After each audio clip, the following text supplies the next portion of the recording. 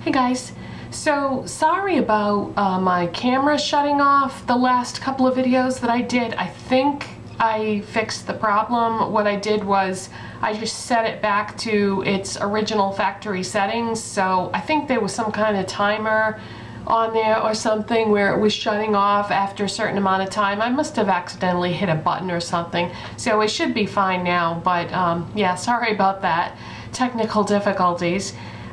Glad you guys enjoyed that video that I did yesterday where I was cleaning out the old stuff, and I am going to do another video like that because I finished going through all the rest of the things like cream eyeshadows, cream blushes, lip glosses, all that kind of stuff. So I am going to do a part 2 to show you the rest of the things that I'm getting rid of, and glad you guys enjoyed that. And I just wanted to address any comments or private messages that I received regarding the stuff that I was throwing away.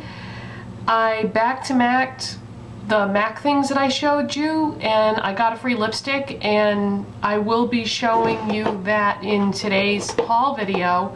But also I got approached about selling the stuff that I was throwing away, or selling some of it, and I'm not interested in setting up a PayPal account and doing shipping and all that kind of stuff. As far as I'm concerned, this stuff is bad and should be thrown away, and I don't really think anybody should be using it. I know a lot of people do blog sales and things like that with their old stuff, but I just don't feel comfortable doing that, and the stuff that I wanted to throw away is being thrown away, or some of it has been thrown away already.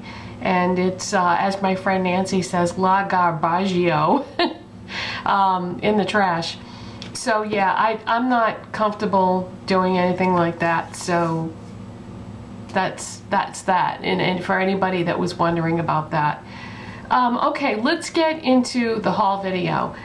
After doing that cleaning out video, I realized that, you know, I buy way too much stuff, and some of the things that I showed and will be showing you in the next cleaning out video, I had situations where I bought every single color of a product. Now that's just crazy, and I know that, and I'm gonna try very hard not to ever do that again. Actually, what I have decided I'm going to do is I'm gonna put myself on a limit on how much I buy. And I think what I'm going to do is buy 2 or 3 new products a month, and that's it. Because I have so much stuff that I end up having to throw away way more than I can possibly ever use. And I know I'm not going to ever be able to use everything I buy anyway, but somebody who has a lot like myself, I really should put a limit. So I'm gonna get 2 or 3 new things a month, and I'm gonna mix it up. I'm not gonna always get a certain price point. I want to get a variety of things because I like to try a variety of brands, but also I think that different people have different interests. Some people are interested in the high-end department store Sephora type stuff, and some people are interested in the drugstore type things. So that's what I'm going to do. I might like switch it off, like one month go to Sephora or a department store, and then the next month buy things from, you know, Christmas Tree Shop, Ulta, Walmart, wherever, that sort of thing, Target. But I'm not gonna like stick to that specifically, because there may be some things that come out, you know, that I want to get that doesn't fall into that pattern. So anyway, today is a haul. I've got the Back to MAC lipstick that I received from bringing back my MAC things, and I bought a couple of things at Sephora. So I did want to let you know how I made out with the Back to MAC thing. I didn't want to say any more about it in yesterday's video because I wanted to see what was going to happen first.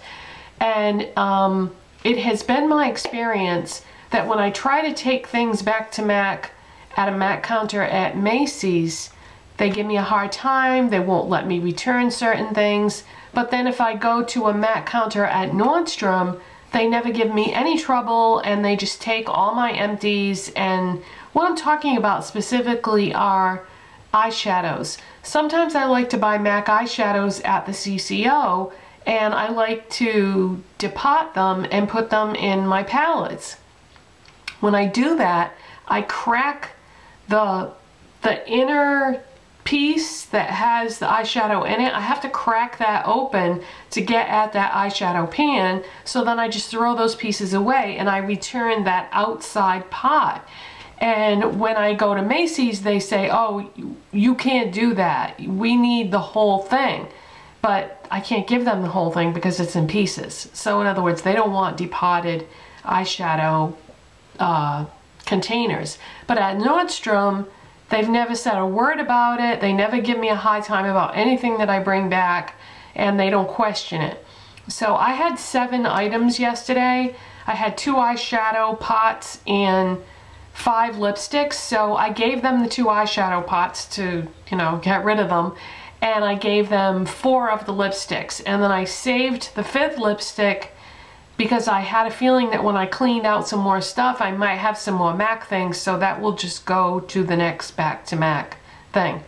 Anyway, what I ended up doing, as far as choosing a lipstick, most of the time I figure it out ahead of time and decide what I want, but this time I decided to do something different. I decided to just go with an open mind and look at all the lipsticks and just pick out the one that I was most drawn to at that moment that I didn't already have. So that's what I did. And the one that I ended up picking out, I've never even heard of it. I've never seen anyone talk about this lipstick on YouTube.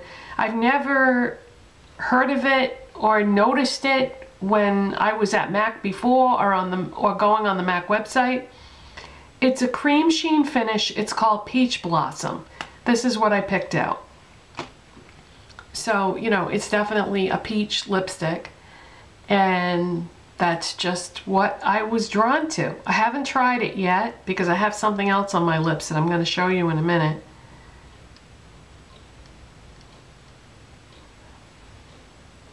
So that is what Peach Blossom looks like, and I'm going to tilt my hand a little bit because sometimes things look different at certain angles or in certain lighting, so that might make it look different. But yeah, it's just a peach lipstick, and I thought it was pretty, so that's what I went with. Sometimes it's good to, you know, not pay attention to what other people are doing, and I'm gonna try to do that more. I'm gonna try to like carve my own path with what I buy instead of getting sucked into YouTube hype or what is popular on Makeup Alley or anything like that. I'm gonna try to just go with the things that interest me and try not to get sucked into what I've read about on blogs and, you know, the hype and everything, and just make my own decisions about things. So without further ado, now I'm going to show you what I bought at Sephora. I bought 2 things from Dior. Yeah, Dior. So we're talking expensive here, so definitely won't be buying. I know I said I wasn't going to buy anything until after Christmas, but what can I say? Yeah, I can't, there's no way I can justify or defend that position. But anyway, let me tell you the prices on these things. I bought a single eyeshadow, $31 for that, and I bought the Lip Glow, which is a self-adjusting lip balm, and that was $33. Okay, let's start with the Lip Glow. I've heard a lot of people talk about this for a very long time, and I've always been curious about it, but $33 for a lip balm? I thought that was crazy. And I guess it's not just an ordinary lip balm. It started off as just being one product, and then when it sold well, they also released it in a second color. The original one is pink, and the newer one is coral. I definitely preferred the pink over coral. I think that's a more flattering color for me. And the idea behind this is when you apply it, it's supposed to combine with your body chemistry to give you a customized color. So this color that is on my lips, and this is all I have on. I have no lip pencil or no other conditioning lip treatment of any kind. All I have on is this lip product. So that's what it looks like. And it's called Lip Glow Color Reviver Balm. This is the original. It is a pink. And if these products seem familiar, I did a video a few days ago where I was duping the December issue of Allure magazine, the cover shot for that, and these were the products that I was duping. So if you want to know what dupes are for these products, go back and watch that video. So that's what it looks like. And I don't know, you know what, I'm going to swatch it on my other hand so you won't get mixed up with the swatch from the MAC lipstick. So when I swatched on my hand, it really looks like nothing, just like a light pink. So there isn't much to it when you just swatch it on your hand. But on your lips, you definitely get a color, and of course it's going to combine with your natural lip color and your body chemistry. The first thing I noticed about this when I applied it is it's very, very thick. And I've never really tried anything that felt like that on my lips. It's definitely conditioning. It does feel weird though. It's really heavy. And honestly, I didn't like the way it felt, but I think that's because I had no experience with anything like that before. So if it does condition my lips, then I guess that's the important thing. And the color, I think it is a pretty color. And it's kind of like a My Lips but better, but pinkier. And yeah, it is a nice color, and I would say that, you know, that part of it, the self-adjusting thing, it works for me, but you know, I don't know if everybody who tried something like this would be happy with it. I think this would be the way to go if you're cool tone, but if you're warm toned, I probably would go with the coral, just because I would think that would be more flattering to somebody with warm toned skin. So, you know, it's totally up to you. But yeah, this is an awful lot of money for what it is, but I do like it. I do like the end result. I just have to get used to that thick balm feeling. So how long it's going to last on my lips, I don't know, because I just put it on just now as I was doing my makeup. So I'll have to get back to you on that. Now the other product that I bought is the Dior Fusion Mono eyeshadow in the color Millennium. And I've never owned one of these Dior, it's a cream to powder formula, and it is gorgeous. And I can kind of, the eyeshadow that I picked as a dupe for this in my other video was L'Oreal Infallible in Gilded Envy, and I think that's close, but I wouldn't say that it's dupe. This is much more complex and harder to pinpoint in terms of color. That is what it looks like. Matter of fact, I'm gonna put this like as close to the camera as I can and pray that my camera autofocuses well for you, just so you can see the complexity of the color. So that's what it looks like. And then just in case that didn't work, I'm gonna hold it again from this distance. This is what it looks like on my eyes. I did use MAC Painterly Paint Pot first because that's the way I always start off is, you know, I'm trying to cover up veining, discoloration, that sort of thing. If I had just put this on, it would have taken a ton of product to try to cover that up, and I don't even know if I would have, because I wouldn't normally put eyeshadow in the places where the veining is. So I use MAC Painterly Paint Pot first, then I put this over it. And supposedly they say that these don't crease and you don't need to put anything on first, but so I didn't do that for creasing reasons. I did it for the veining and discoloration. So this is what it looks like on my eyes, and then I'm going to close my eyes and come in so you can get a better look at the detail and how it showed up.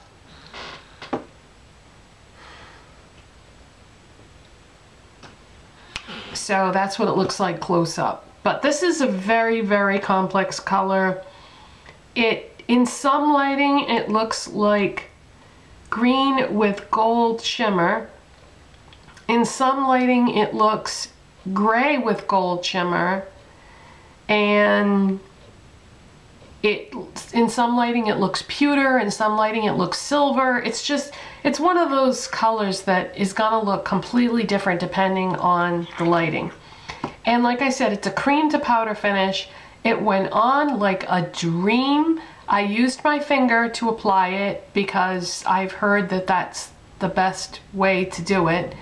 It just goes on nicely. And when you stick your finger in there and start smoothing it on your eye, it feels like silk. It's really, really nice.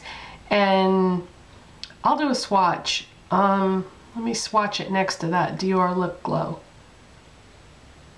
It doesn't feel creamy, it feels kind of dry. That's what it looks like on my finger. And that's what it looks like swatched.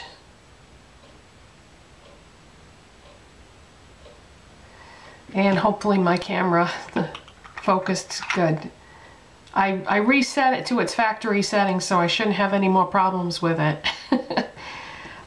So far I am madly in love with this eyeshadow. I think that it's worth the money. I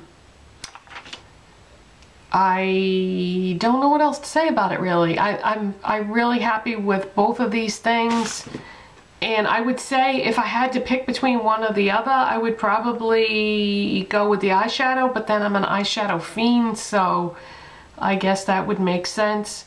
Did I tell you the color? It's Millennium is the color name. It's number 381. And I think that's it, you guys. I feel like I'm forgetting to tell you something. So the next video that you're going to see from me is going to be a continuation of my things that I'm throwing away that I cleaned out. I may have a few more things to go through, but I'm not the greatest at writing down the dates that I buy things, so sometimes I have to go back and watch my videos to try to figure out when exactly I bought something so that I know how old it is, but I try to write it down when I buy it so that way I know.